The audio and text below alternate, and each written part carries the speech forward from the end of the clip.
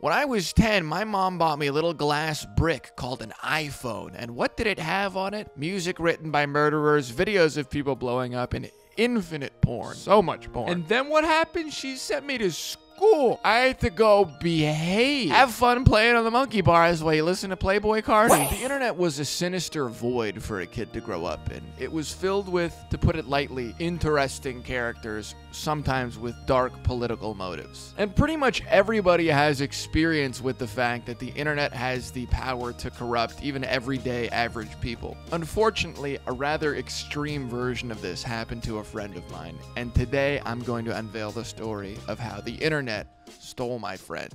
Now, me and the person this video is about, we were best friends from like when we were babies to when we were 15. So as I was thinking of the idea for this video, I also thought about finding a way to reach out to him and catch up. But beyond the fact that during the course of the breakup of our friendship, he said and did some like truly unsavory things, I also feel like I have kind of like an emotional hang up toward reaching out too. But I have to reiterate, he said and did some fucking crazy stuff, which we will get into. But the worst part is, he didn't even have the decency to release some great music when he did it. Some fantastic, oh my god, just classics to his name. Now, me and this friend, we were friends from when we were babies. I mean, we grew up on the same street, our parents were sort of friends, and he was very special in my life because we got along really well, but also because my mom wouldn't let me play video games, and he would let me come over to his house and we would play Halo Reach together. And there's nothing better than being 10 years old on an Xbox. It is really truly meaningful to have shared that nostalgic time in my life with another person. As we grew into our teenage years, my mom let me have a computer. We would start to play video games online with each other. And he, as everyone else did on the internet gaming community, had a little bit of like a contrarian nature. He was a little misanthropic, and sometimes he'd drop like little conservative bars, like, what's up with all this woke crap? But I feel like all young boys growing up on the internet have at least a little bit of a what's up with all this woke crap phase. It is goofy, but I really do think that it comes from the fact that most people growing up on the internet were kind of bullied. So they just have this attitude like,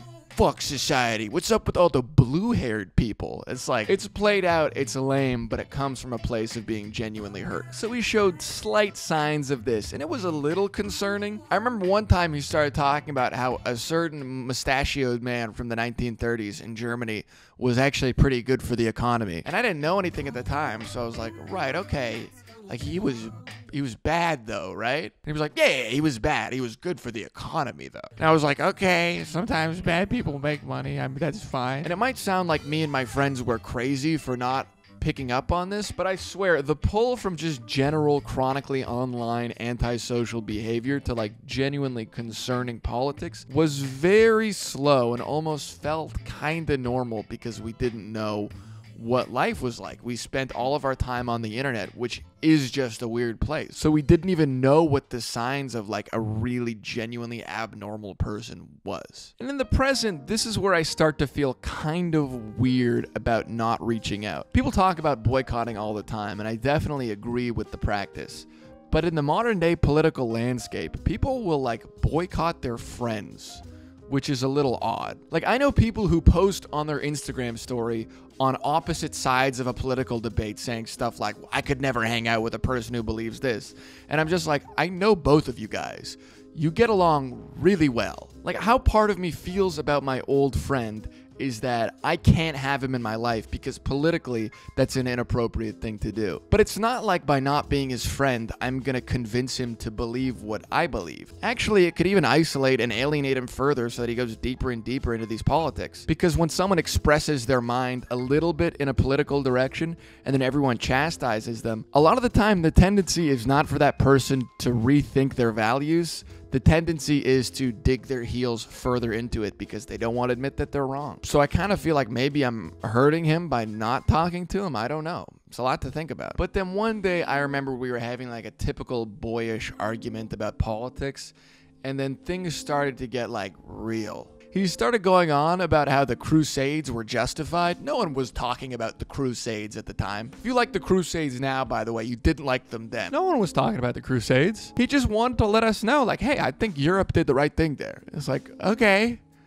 It seemed kind of mean, but also, why are we talking about this right now? I guess we just didn't check up on him enough, and he just stole second base somewhere along the way. He started talking about how the Civil War was about states' rights, about how Germany was doing really well in the 30s. This didn't all happen on one day, but it felt like one day. It was really quick. Now, I grew up in a multicultural city, and he started to say a lot of like really anti-Muslim things, like explicitly, like calling them stupid, savages, things like this. And one of our best friends on the server was Muslim. And so it crossed this line of like, okay, he's a little edgy. He doesn't like all the woke stuff. He's a kid. He got bullied a little bit. He's antisocial, into like, dude, you're like hurting us right now. Because of some weird political shtick you have, you're causing pain to someone who like, we like you.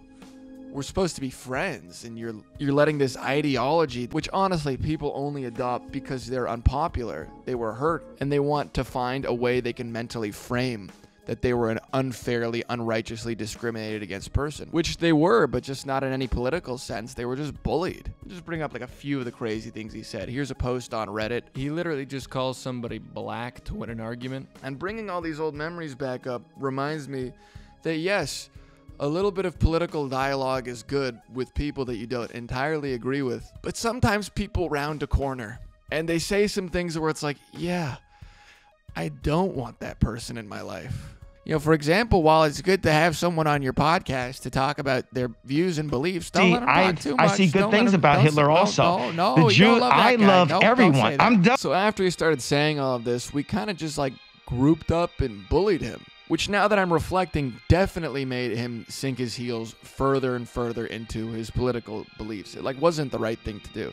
I mean, we got some good shots in. And in a way, I'm proud because I was like fighting Nazism. But honestly, the political fight that was going on was just the covering or the mask for the subtextual, emotional fight that was going on, which is that he lashed out and hurt some people, and we decided to meet his unkind, painful words with more unkind, painful words. And I'm not going to be as strong as to say that I regret it, but I feel remorse. I feel bad.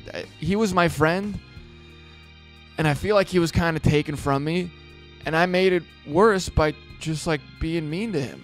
Plus, because I had this special connection with him, he said like a lot of really specifically mean things to me too. He started to call me fat. He insulted my relationship with my parents. We were pushing back against him initially just politically, and then he drove it to a really hurtful place. And we stooped to his level and kind of met him at that place. And I don't regret pushing back against him politically, but I feel a little remorse. And even though I don't think it would be right or necessary for me to reach out, there's honestly a little part of me that doesn't want to do it for the wrong reason, which is I don't want to say I'm sorry for the things I said and did. We can sit back and judge and say the things that he did was way worse, but that doesn't give me permission to meet his negative energy with more negativity and unkindness. He adopted this festering antisocial cloud from the internet, and I think most people who grew up in a similar context to me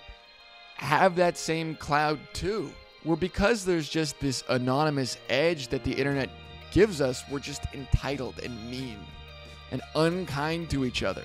And he said some really truly heinous things, which was right for me to oppose. It wasn't right for me to be mean about it. I was trying to fight him. I tried to have a UFC style fight set up. I tried to get my friends like, we're going to set up a fight. We're going to donate the proceeds to charity. We're going to sell tickets.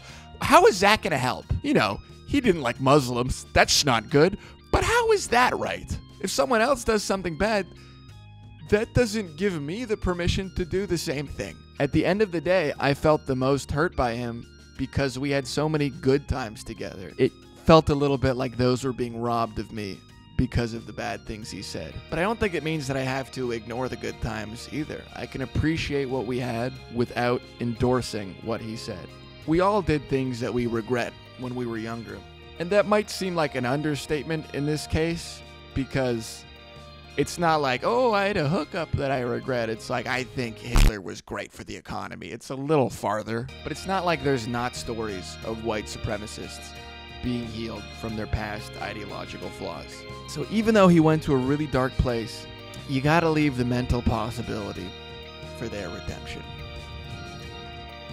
Except Kanye, that new album sucked.